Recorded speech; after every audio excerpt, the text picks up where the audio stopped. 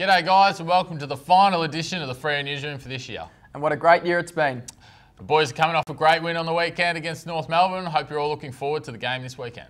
In today's show, we hear from the great man himself, Antoni Grover, and his decision to hang up the boots come season's end. And we also take a look at some funnier things that happen around the club this week. Antoni Grover has decided to hang up his boots at the end of the season. The 202-game legend has been a stalwart of defence his whole career.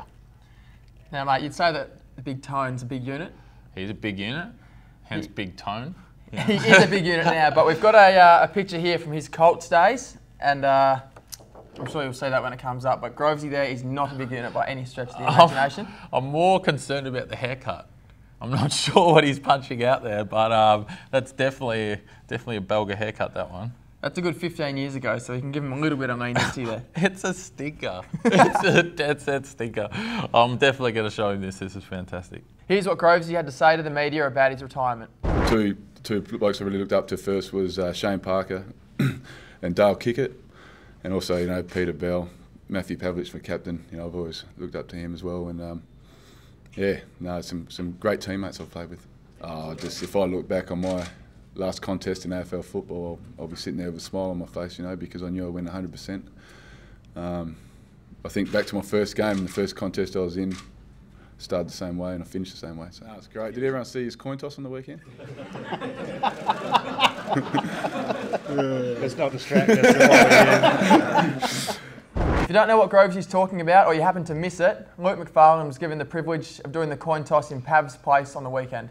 Now, the coin toss would have to be a childhood dream for any footballer. I've never tossed a coin. Have you tossed a coin, guys? No. And I could just imagine Woosh out there strutting out, getting ready out, shake the hands with the other captain, get ready, call heads or tails.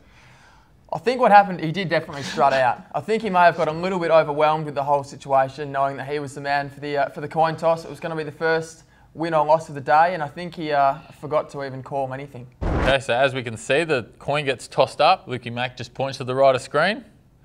The coin hits the ground and there's an awkward silence.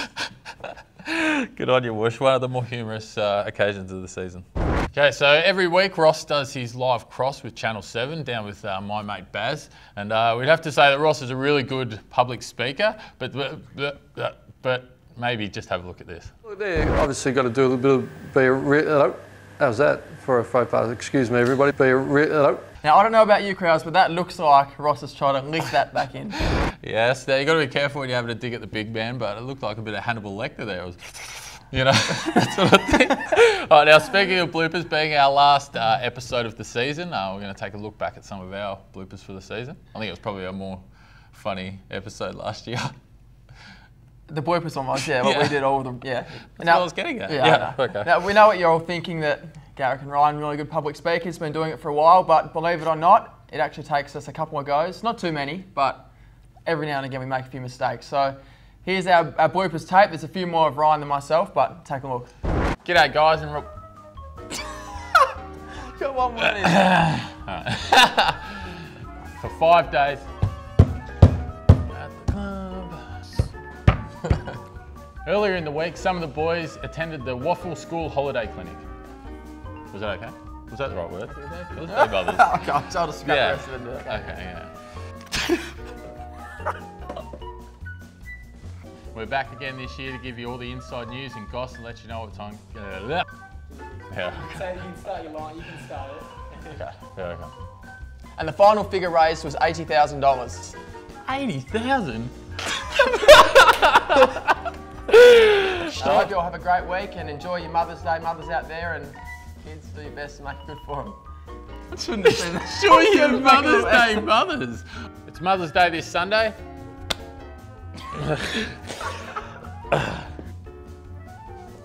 Was that alright? Yeah, I was just laughing the whole time. I couldn't help myself. What was I laughing? No, it wasn't. It was from before. Okay. Sorry. And Crowds jumped in. Sorry, I jumped in. I thought you'd stop, so I was trying to launch. Well, don't be doing that. Come on, doesn't help. The Bravery Awards were on this week, and the first year players were given a real. I've got the real stutters today. I don't know what's going on. We had our school holiday clinic, which saw a record attendance of kids, 600. We could have gone with that, couldn't we? Yeah. No, you can't do that, mate. Well, I just got him around the wrong way. Kids of 600. Yeah. I was going to say, you're going to reach for the stars, you don't reach for drills. Okay. It's Mother's Day this Sunday when we take on Port Adelaide. Oh, come on, man. I'd already done this, mate. Come on. When you see this rip, no. When it counts down, 3, 2, 1, high five. Counts down, 3, 2, 1. Okay. So now you can see what main minute's got the chop. I'll be like. But to start, Is that alright? That was terrible, wasn't it? that's right. Was it alright? As long as you're happy with it. No, I'm not happy. And what a great addition it's been. I should have said yeah, don't I? See you later. Well, I hope you all enjoyed that. That's it for the newsroom this year. We'll see you next year, bright and early round 1.